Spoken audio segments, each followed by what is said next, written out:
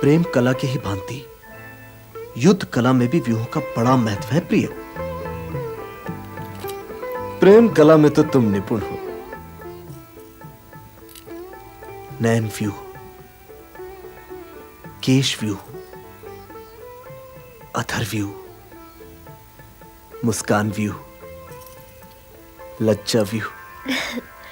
तुम्हारे वाक्य भी तुम्हारे बाणों की ही भांति अचूक है। तुम्हें युद्ध कला के कितने व्यू आते हैं? बस एक व्यू को छोड़ दो तो सारे व्यू। और एक व्यू को छोड़ू क्यों आर्यपुत्र? क्योंकि वो व्यू मुझे आधा ही आता है, चक्र व्यू। ये व्यू तुम्हें पूरा क्यों नहीं आता? पहले वचन दो कि चक्र व्यू की बात सुनते सुनते तुम सो नहीं जाओगी। किंतु मेरे सोने या ना सोने से चक्रव्यूह का क्या संबंध? मैं नहीं चाहता कि तुम्हारे गर्भ में जागता हुआ मेरा पुत्र अधूरी बात सुने। मैं गर्भ में था जब पिताश्री माताश्री को चक्रव्यूह की रचना समझा रहे थे। मैं सुन रहा था। पिताश्री माताश्री को चक्रव्यूह में प्रवेश करने का मार्ग ही समझा पाए थे कि माताश्री सो गई और चक्रव्यूह के विषय में मेरा ज्ञान अधूरा ही रह गया। मैंने मामा श्री कृष्ण से बहुत कहा कि वे मुझे चक्रव्यूह में से निकलने का मार्ग समझा दें, किंतु वो ये कहते रहे कि अपने पिताश्री से सीखो, और पिताश्री से सीखने का अवसर ही नहीं मिला। तुमने ठीक से हट नहीं की होगी। उनकी मुस्कान हट करने ही कहां देती है किसी को। उनकी मुस्कान जैसा अचूक बाण तो पिताश्री के अपने तुनीर में भी नहीं। यदि इस युद्ध में पिताश्री ना होते तो बहुत बड़ी समस्या खड़ी हो गई होती। आचार्य द्रोण केवल इसीलिए उस व्यूह की रचना नहीं कर रहे कि पिताश्री वहां उपस्थित हैं, नहीं तो वो चक्रव्यूह बना के आक्रमण करते और युद्ध तो कब का समाप्त हो चुका होता।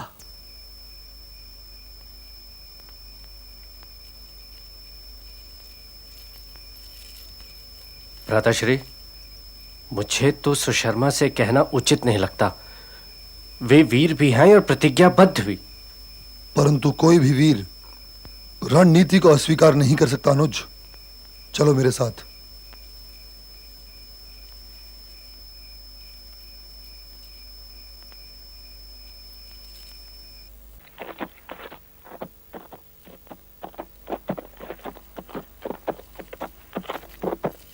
मैं जानता हूं केशव, मैं जानता हूं,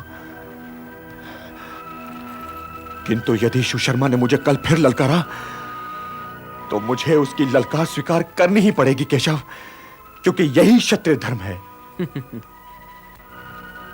अब तुम मुझे क्षत्रिय धर्म के अधियाचन समझाओगे पार्थ?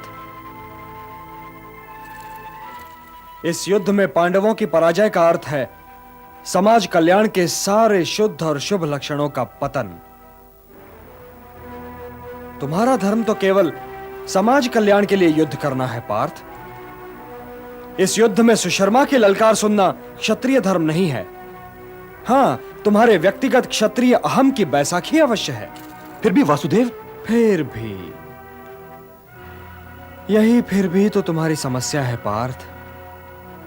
किंतु फिर भी तुम उसकी ललकार सुनना अपना क्षत्रिय धर्म समझते हो तो अवश्य सुनो।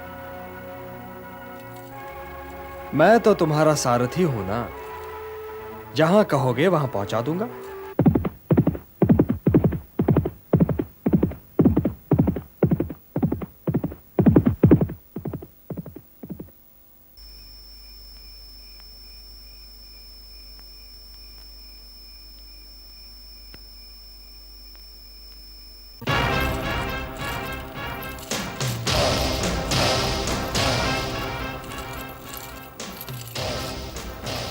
कैसे हो मित्र?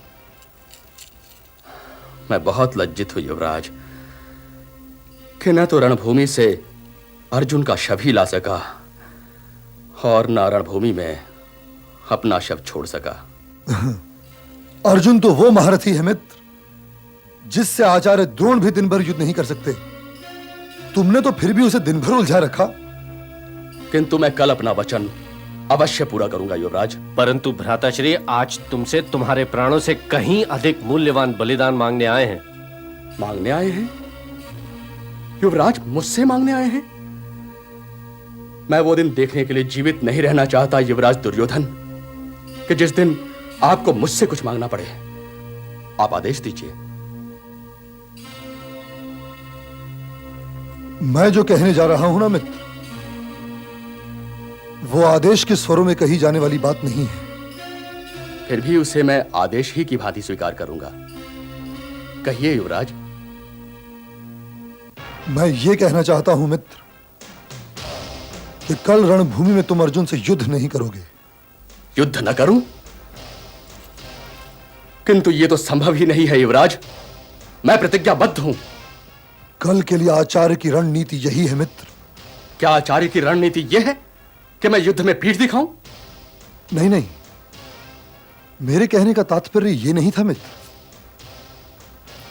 मैं तो केवल यह कहना चाहता हूं कि कल रणभूमि में तुम अर्जुन को इतनी दूर निकाल ले जाओ कि सूर्यास्त से पहले वो लौटकर आ ही ना सके। इससे क्या होगा?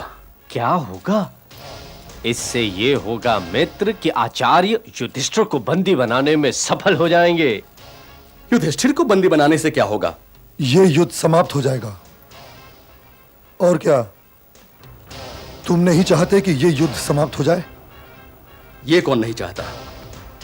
क्या आप मुझे एक वचन देंगे युवराज? कैसा वचन? मैं युधिष्ठिर का ऋणी हूं। विराट के युद्ध में उसने मुझे बंदी बनाने के पश्चात मुक्त कर दिया था। यदि आप ये वचन दें कि उसे बंदी बनाने के उपरांत आप उससे मेरे अभिस्ताव पर मुक्त कर दें, तो मैं आपके लिए इस युद्ध में यह छल भी कर लूंगा। छल? ये छल नहीं है मित्र। यह छल के अतिरिक्त और कुछ हो ही नहीं सकता राजकुमार दुशासन।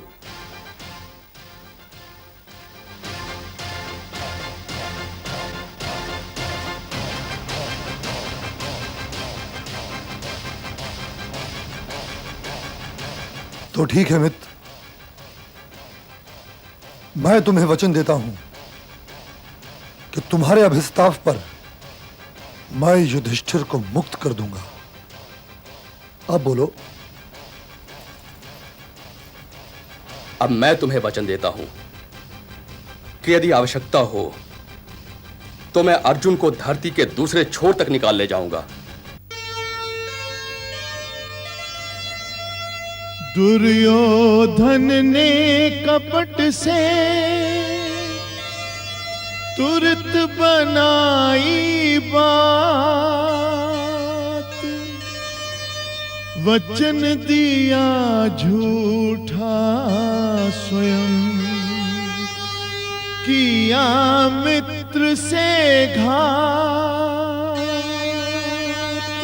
सीख हम बीते युगों से नए युग का करें स्वागत, करें स्वागत, करें स्वागत, करें